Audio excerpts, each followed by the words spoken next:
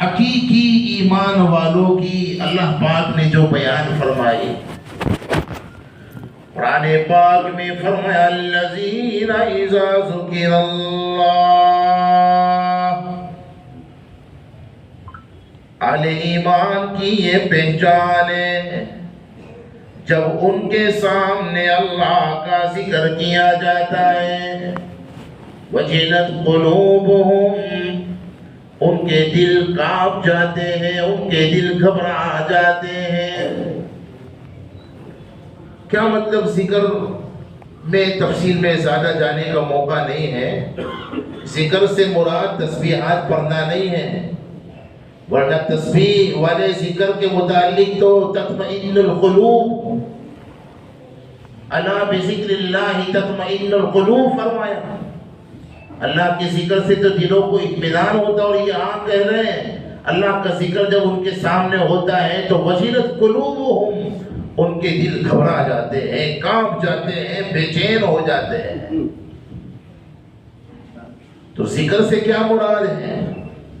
حضرات مفسرین کے مختلف اقوال ہیں، تقریباً سبھی نے جو بات بیان فرمائی من جملہ ان میں ایک بات یہ ہے، یہاں ذکر سے مراد یہ ہے اہل ایمان جس وقت گناہ کا ارادہ کرتے ہیں یا گناہ کے موقع پر ان کے سامنے جب اللہ کا ذکر کیا جاتا ہے، انہیں جب اللہ سے ڈرایا جاتا ہے، اور انہیں جب اللہ کے سامنے حاضر ہونے کی بات کہی جاتی ہے، یا عین گناہ کے وقت میں جس وقت انہیں کسی طرح سے اللہ تبارک و تعالیٰ کا دھیان، اللہ تبارک و تعالیٰ کا خیال اور اللہ تبارک و تعالیٰ کا استحضار آ جاتا ہے، وجلت قلوبہم، یہ ہے ذکر اللہ سے مراد۔ ان کے دل پھر کانپ جاتے ہیں۔ سمجھے کہ نہیں سمجھے؟ ارے بولو بھائی، جواب دیجئے، میں بار بار آپ سے پوچھوں گا تو آپ خاموخواہ موٹا ہلا کر بیٹھے مت رہے، ذرا جواب دیجئے، آپ سمجھے کہ نہیں سمجھے؟ میں پھر سمجھاتا ہوں، ابھی مجھے اطمینان نہیں ہو رہا ہے کہ پتہ نہیں آپ سمجھے کہ نہیں سمجھے۔ عین گناہ کے وقت جب اللہ یاد آ جاتا ہے، اذا ذکر اللہ وجلت قلوبہم، سادے لفظوں میں عین گناہ کے وقت میں جب اللہ یاد آ جاتا ہے، یا عین گناہ کے وقت میں جب کسی کو اللہ کا خوف دلایا جاتا ہے، تو مومن اور منافق میں بنیادی فرق یہ ہے، منافق کو تو کوئی پرواہ نہیں ہوتی، لیکن مومن جب گناہ کے وقت میں اسے اللہ یاد دلایا جاتا ہے یا اللہ کا دھیان پیدا ہو جاتا ہے، اب وہ کانپ جاتا ہے، گھبرا جاتا ہے اور گناہ سے بچ جاتا ہے۔ یہاں بہت سی باتیں اللہ کی توفیق سے کہی جا سکتی ہیں، لیکن تفصیل میں نہ جاتے ہوئے ایک بات کہتا ہوں، گناہ سے کیسے بچا جائے، اور گناہ کی جو اسباب ہے بہت بڑا سبب خلوت ہے۔ خلوت سمجھے؟ نہیں سمجھے بھائی، نہیں سمجھے تو کہیے نا یار، مجھے معلوم ہوا، علماء کو عام طور پر معلوم ہوتا ہے، آپ کے ہاؤ بھاؤ سے اندازہ ہو ہی جاتا ہے کیا سمجھے کیا نہیں سمجھے۔ خلوت مانا تنہائی، گناہ کا ایک بہت بڑا سبب کیا ہے بولو؟ صحیح کہہ رہا ہوں غلط کہہ رہا ہوں؟ آج دیکھیں نا، تنہائی ہو اور نیٹ والا موبائل ہو، کیا ہو رہا ہے؟ اس کی نحوست سے پہلے جو گناہ اچھوں کے لیے مشکل تھے، آج وہ آسان ہو گئے کہ نہیں ہو گئے؟ تنہائی خلوت گناہ کا بہت بڑا سبب ہے۔ بہت سے لوگ مجموع میں لوگوں کے سامنے گناہ کرنے کی ہمت، ہم میں سے بہت سے لوگ ہیں، لیکن تنہائی میں آسانی کے ساتھ بلا تکلف پتہ نہیں کیسے کیسے گناہ کر جاتے ہیں۔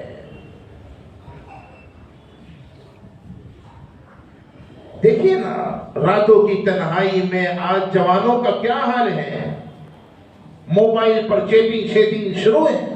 جوان لڑکیوں کا یہ حال ہے، اور صرف جوانوں کا نہیں، ادھیر عمر والوں کا، بوڑھوں تک کا کیا حال ہے. ہر ایک اپنا جائزہ لے کہ تنہائیوں میں کون کتنا گناہوں سے بچتا ہے. ابن ماجہ کی ایک روایت مجھے یاد آئی، تفصیلی روایت کا خلاصہ میں اگر پیش کروں. علماء ماشاءاللہ مجھے اندازہ یہ ہے کہ اچھی تعداد ہے علماء کی یہاں موجود ہے. اللہ ان سب کے حسن ظن کو قبول فرمائے. ان میں سے ہر ایک بڑا قیمتی ہے اور ہم سے اچھائی ہے، یہ ان کا حسن ظن ہے. انہوں نے مجھے بٹھا دیا. اللہ ان کے برق پن کو قبول فرمائے. زور سے کہو آمین. میرے بھائیوں، تنہائی گناہ کا بہت بڑا سبب ہے. ابن ماجہ کی روایت کا خلاصہ یہ ہے، قیامت میں بعض لوگ اعمال اور نیکیوں کا پہاڑ لے کر کے آئیں گے، یعنی پہاڑوں کے معنی ان کے نام اعمال میں نیکیاں ہوگی، لیکن آقا فرماتے ہیں کہ ان کی نیکیاں نسیم منسیاں کر دی جائے گی، مٹا دی جائے گی، ختم کر دی جائے گی، ضائع کر دی جائے گی. حضرات صحابہ رضوان اللہ علیہ مجمعین حیران پریشان، یا رسول اللہ، پیار سے بولو صلی اللہ علیہ وسلم، کیا خطا ہوگی ان کی، کیا جرم ہوگا جس کی وجہ سے ان کی پہاڑوں کے معنی نیکیاں برباد ہو جائے گی. آقا نے فرمایا یہ وہ لوگ ہوں گے جو تنہائیوں میں گناہوں سے نہیں بچتے تھے. بچنا چاہتے ہو؟ نہیں، کوئی بھی نہیں بچنا چاہتا. دو چار لوگ بچنا چاہتے. جو بچنا چاہتے وہ ایمانداری سے مسجد میں باوضو ہاتھ اٹھائے. ماشاءاللہ اللہ اس جذبے کو قبول فرما دے. بھائی بیان خالی کانوں کے مزے کے لیے مت سنو، اس لیے سنو کہ جو کچھ کہا جا رہا ہے میری اصلاح کے لیے، اور اس پر کوئی عمل کرے نہ کرے مجھے تو کرنا ہی ہے. کہو انشاءاللہ. پوری ذمہ داری کے ساتھ قرآن کے حوالے سے کہتا ہوں، تنہائیوں کے گناہ سے بچنے کے لیے بہت بڑا سبب اللہ کا دھیان اور استحضار. میرا اللہ مجھے دیکھ رہا ہے. یہ دھیان، یہ استحضار، یہ خیال مومن کو گناہ سے روک دے گا. منافق کی بات نہیں ہے.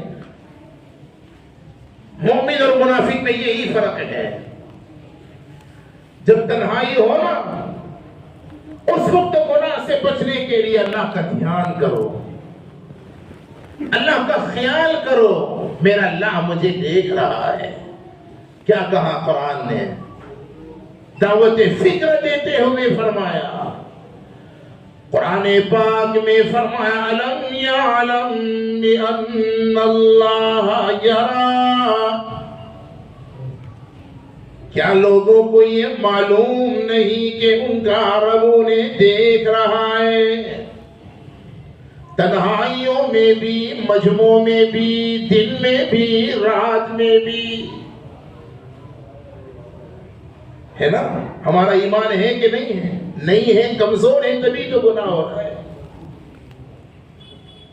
جب گناہ کا وقت آتا ہے نا، بندہ سمجھتا ہے اللہ بہت دور ہے، اور دعا کے وقت یہی بندہ سمجھتا ہے اللہ بہت قریب ہے. کیا بے رخی، کیا دو رخی ہے.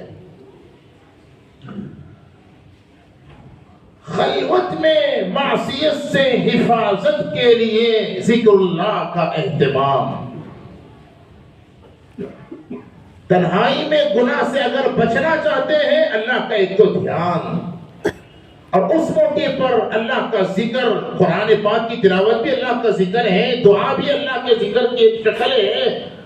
اگر تنہائی ہے اور گناہ کا موقع ہے اور گناہ کا خطرہ ہے، کیا کرو گے؟ بولو بھائی، اللہ کا دھیان، اللہ کا خیال. اور دھیان اور خیال اگر بٹا ہوا ہے تو کیا کرو؟ اللہ کا ذکر کرو، قرآن پڑھنے بیٹھ جاؤ، تسبیح لے کر بیٹھ جاؤ، انشاءاللہ آپ کی خلوت کو یہ چیز پاک کر دے گی۔ ایک دعا کا جملہ سکھاؤں، مانگو گے تو سکھاؤں، جس کو مانگنا ہے وہ ہاتھ اٹھاؤ۔ ہم نے اپنے بزرگوں سے دعائیں جو سنی سیکھی ہے، آپ بھی مانگو، آپ بھی ایسی دعا کرو، اے اللہ ہماری خلوتوں کو پاک فرما دے، اپنی یاد سے آباد فرما دے۔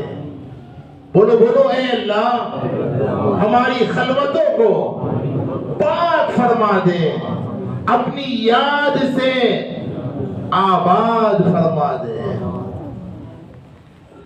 وقت تو ہو رہا ہے، کیا 5 صفات تو بیان کرنا آسان تو ہے نہیں، لیکن دیکھیے میں پوری ذمہ داری سے تنہائی میں اذا ذکر اللہ وجلت قلوبہم کو سمجھا رہا ہوں۔ تنہائی میں گناہ کا موقع ہر ایک کے لیے پہلے کے مقابلے میں آج بہت زیادہ ہے، جوانوں کے لیے بھی، بدھوں کے لیے بھی، مردوں کے لیے بھی، عورتوں کے لیے بھی، حتیٰ کہ بدقسمتی سے اعتکاف میں بیٹھنے والوں کے لیے بھی۔ صحیح کہہ رہا ہوں غلط کہہ رہا ہوں؟ کیسے بچیں گے؟ امتحان تو اسی کا نام ہے نا، دنیا دار الامتحان۔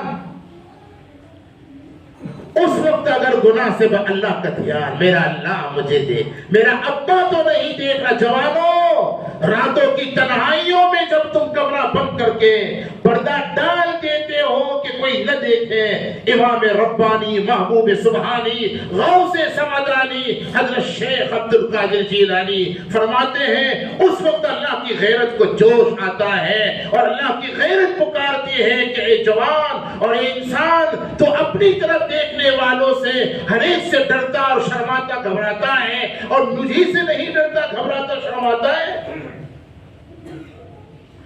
اگر اللہ کا دھیان پیدا ہو جائے، ایک مومن تو گناہ سے بچ ہی جائے گا، کیونکہ قرآن کہہ رہا ہے انما المؤمنون الذين اذا ذكر الله وجلت قلوبهم۔ تنہائی میں جب گناہ کے موقع پر اسے اللہ کا دھیان اور خیال آ جاتا ہے، یا اسے اللہ کی پکڑ کا احساس پیدا ہو جاتا ہے، اس کا دل کانپ جاتا ہے، گناہ سے بچ جاتا ہے۔ یاد آ رہا ہے ایک واقعہ، سناؤں؟ جواب نہیں دے رہے مولانا، کیا سناؤں میں؟ ان کو نہیں سننا لگتا ہے۔ ابے سناؤں؟ اچھی بات ہے۔ مکاشفۃ القلوب میں امام غزالی رحمت اللہ علیہ نے یہ واقعہ لکھا ہے۔ ہمارے علماء کو چاہیے کہ بہت ذمہ داری سے اس کرسی پر بیٹھے ہیں، اس محراب اور منبر سے بہت ذمہ داری کے ساتھ زبان چلائے، بغیر حوالے کے سنی سنائی مت ہانکیں۔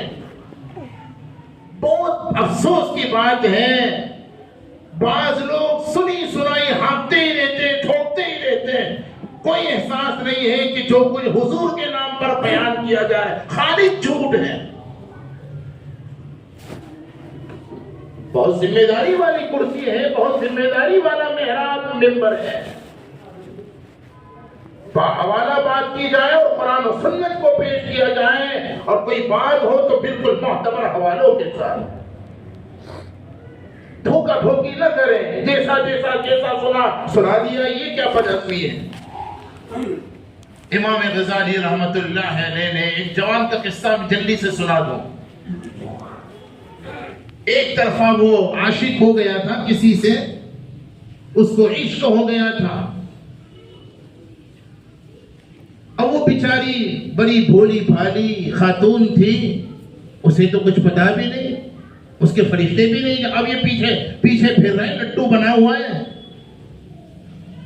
دیکھیں اذا ذکر اللہ کے وقت جب گناہ کا موقع ہو اور گناہ اللہ یاد اگر آ جائے یا کوئی اللہ کی یاد دلا دے تو سچا مومن جو ہوگا نا، اس کی پہلی بڑی نشانی اس کا دل کانپ جائے گا، وہ گناہ سے بچ جائے۔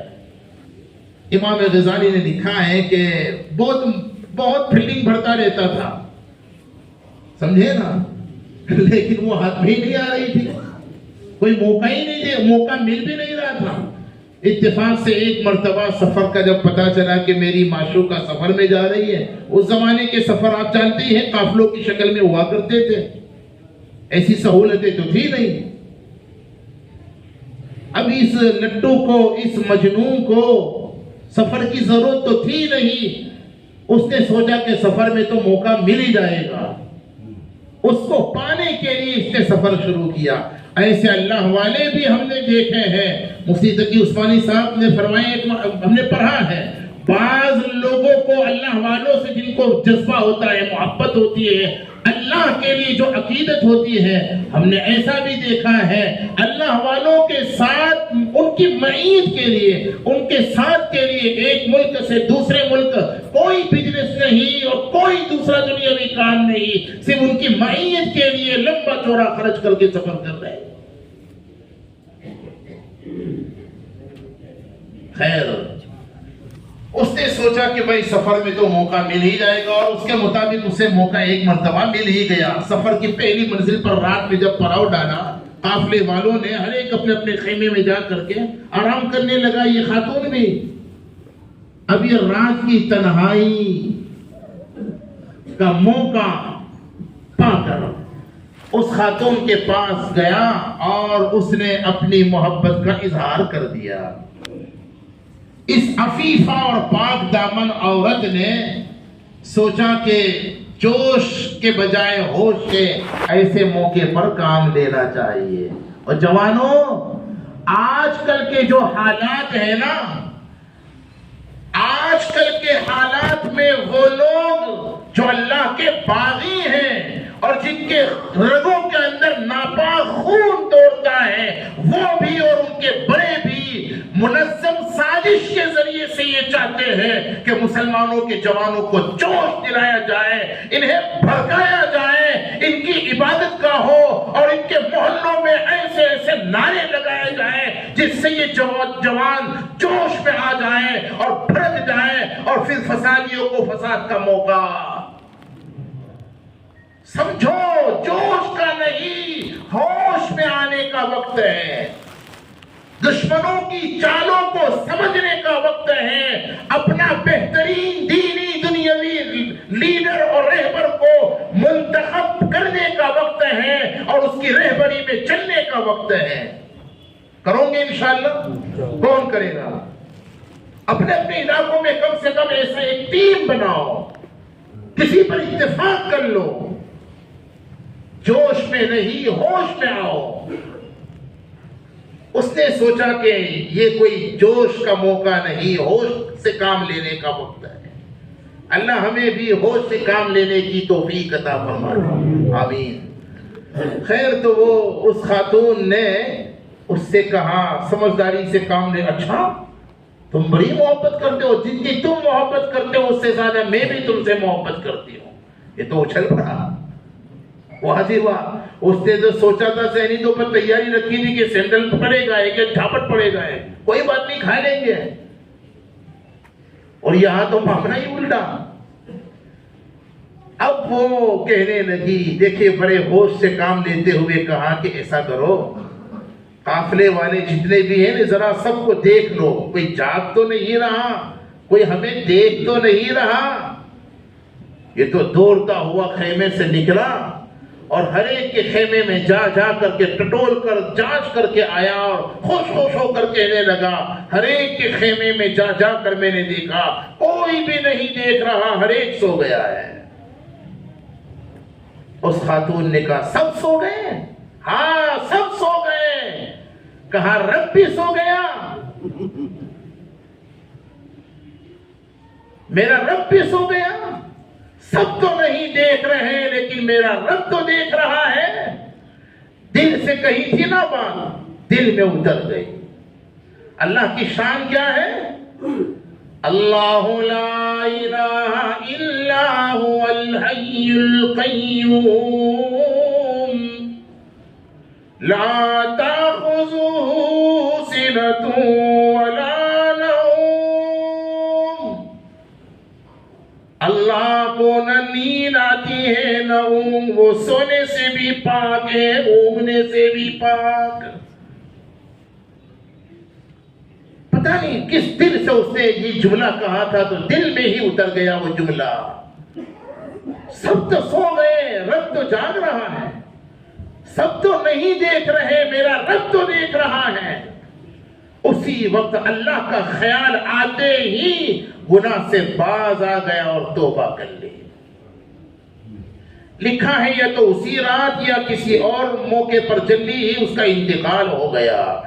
اللہ کے حضور جب حاضر ہوا، پیشی ہوئی، اللہ تبارک و تعالی کی طرف سے اس سے کہا گیا، میرے بندے اس رات میں گناہ کا موقع تھا، لیکن میرے خوف کی وجہ سے میرا خیال اور دھیان آتے ہی تو گناہ سے بچ گیا، تجھے تیری یہ ادا اتنی پسند آ گئی کہ اسی کو قبول کر کے زندگی بھر کے گناہ کو معاف کر دیا۔ انما المؤمنون الذين اذا ذكر الله وجلت قلوبهم واذا تليت عليهم آياته زادتهم ایمانا۔ حق تعالیٰ نے دوسری صفت اہل ایمان کی بیان فرمائی۔ میں نے کہا نا پہلی صفت میں ہم اپنے آپ کو جانچیں، ٹٹولے، اس آئینے کے سامنے اپنے آپ کو پیش کریں، یہ بات ہم میں ہے یا نہیں ہے؟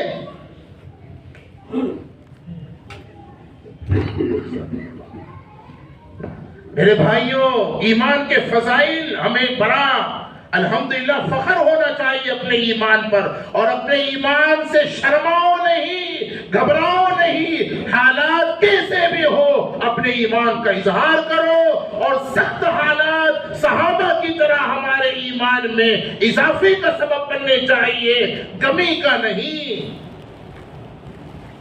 میں جذباتی بیان نہیں کر رہا، قرآن سے پوچھو۔ صحابہ کو ڈراتے تھے، آج بھی ڈر کی سیاست سارے ملک میں پھیلائی جا رہی ہے نا، لوگوں کو ڈرایا جاتا ہے۔ یہ ڈر کی سیاست ان کے ابا بھی کرتے تھے۔ مشرکین مکہ صحابہ سے کہتے تھے، الذین قال لهم الناس ان الناس قد جمعوا لكم فاخشوهم۔ چوتھا پارہ ہے قرآن میں، پڑھتے کہاں ہیں ہم لوگ؟ ہم نے تو قرآن کو کتاب برکت سمجھ رکھا ہوا ہے۔ قرآن کو پڑھیے اور سمجھنے کی کوشش کیجئے، اپنی مساجد میں اہل قرآن اور اہل علم سے درس قرآن کی مجالس عام کرو، دیکھو کہ قرآن نے کیا کہا ہے۔ صحابہ سے جب کہا گیا ان الناس قد جمعوا لكم، سارا میڈیا اور ساری پارٹیز تمہارے خلاف جمع ہو گئی۔ پوچھو میرے بزرگوں، یہ اپنا اسٹائل ہے ورنہ قرآن پیش کر رہا ہوں، اپنی طرف سے کوئی بات نہیں، قرآن میں یہ باتیں ہیں۔ صحابہ کو یہ کہتے تھے تم اقلیت میں ہو، تم بہت تھوڑے ہو، تمہارے مخالف بہت بڑی تعداد میں جمع ہو چکے ہیں، فخشوہم، تمہیں ڈرنا چاہیے۔ قرآن کیا کہتا ہے؟ پڑھیے چوتھا پارہ آدھے کے پاس، فزادتہم ایمانا،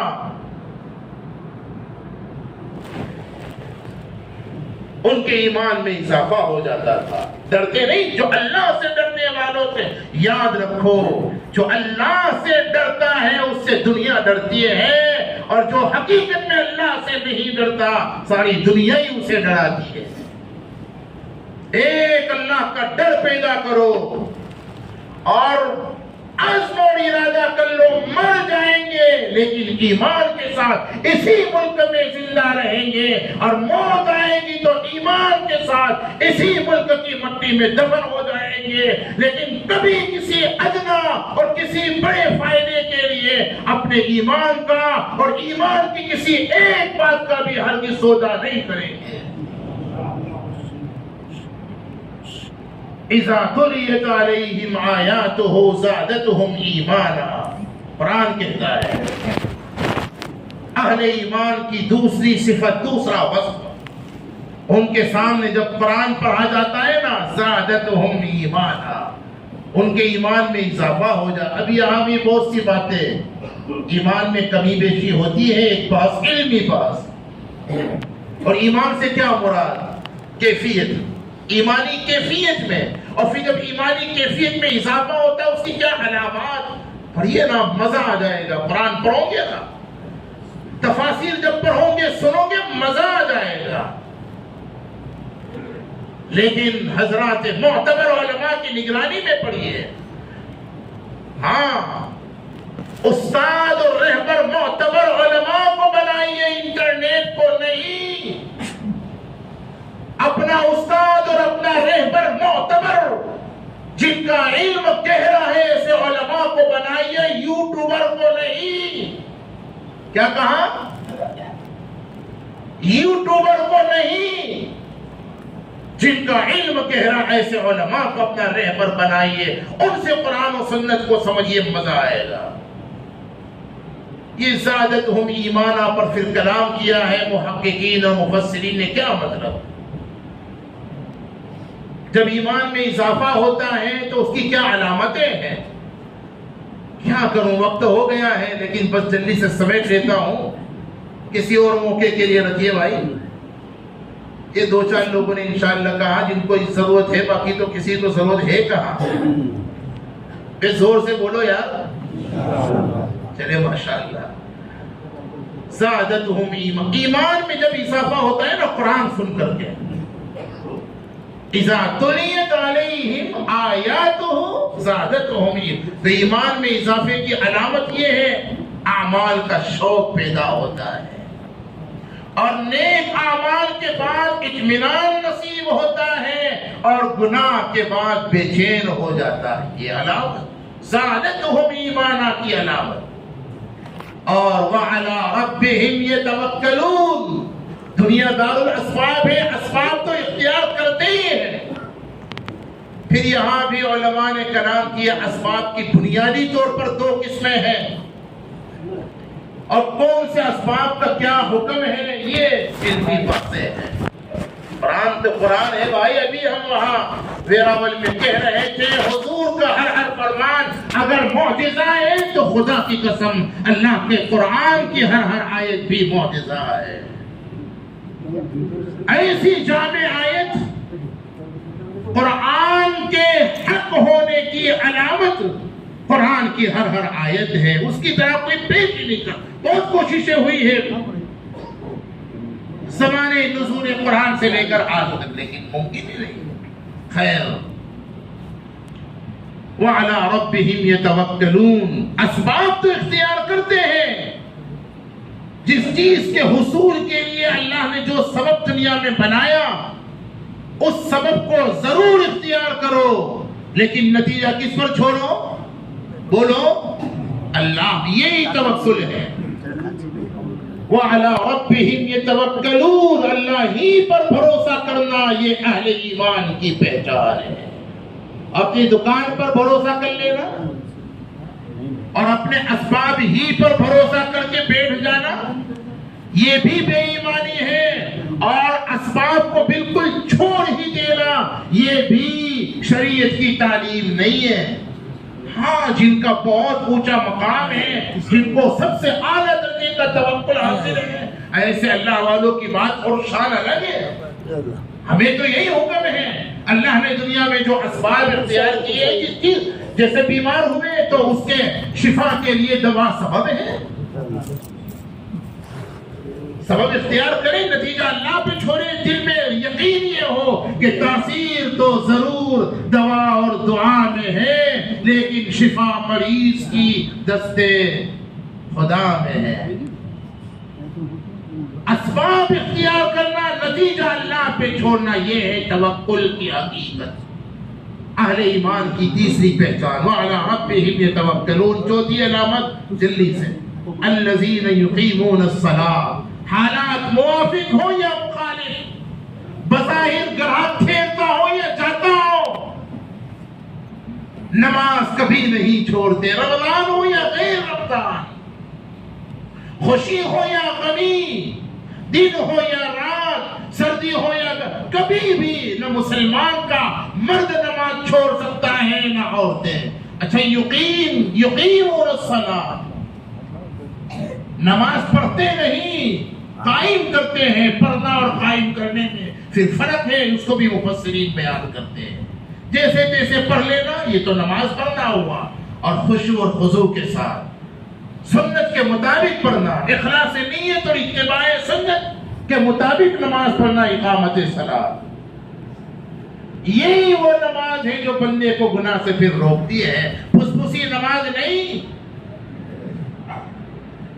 خیر، پانچویں علامت وَمِمَّا رَزَقْنَاهُمْ، جو کچھ بھی ہمارے پاس ہے نا، یہ خیال غلط ہے کہ میں نے اپنی محنت سے کمایا، یہ خیال غلط ہے کہ میں نے اپنی صلاحیتوں سے کمایا. اللہ فرماتے ہیں رزقناہم، جو کچھ تمہیں ملا ہم نے دیا. جوانی ہم نے دی، مالداری ہم نے دی، تندرستی ہم نے دی، تمہیں جو اولاد ہم نے دی، بیوی ہم نے دی، ماں باپ ہم نے دیے، تمہارے اوقات ہم نے دیے. وَمِمَّا رَزَقْنَاهُمْ يُنْفِقُونَ، جو کچھ ہم نے دیا اس میں سے وہ خرچ کرتے ہیں. بخیل ہونا ایک منافق کی پہچان ہے، مومن کی شان نہیں ہے. کیسے بنو گے بھائی؟ سخی بنو گے، بخیل بنو گے؟ میں آپ سے چندہ کرنے نہیں آیا، اپنا مزاج ہی نہیں ہے. بات سمجھے نہیں سمجھے؟ لیکن کیسے بننا چاہیے؟ بولو بھائی. ہاں، کہاں کرتا ہوں مانگنے والوں کو دنیا دیتی ہے تو دینے والے کو دنیا والا دیتا ہے. اللہ تعالیٰ حقائق سمجھا دے. یہ 5 صفات اور علامات جن میں پائے گئے، قرآن گواہی دیتا ہے. دنیا مانے نہ مانے اور تمہارے تنگ نظر لوگ انہیں مسلمان مانے نہ مانے، اللہ ان کے متعلق گواہی دیتا ہے اولئک هم المؤمنون حقا، یہی حقیقی ایمان والے ہیں. اور سارے فضائل ہی کے لیے ہیں. اللہ تعالیٰ وہ 5 صفات ہم سب میں کامل اور مکمل طور پر پیدا فرمائے، اور ہم سب کو سچا پکا اچھا مسلمان بنا دے. ہم سب کو ایسا بنا دے کہ ہم اسے پسند آ جائے. آمین. وآخر دعوانا الحمدللہ رب العالمین.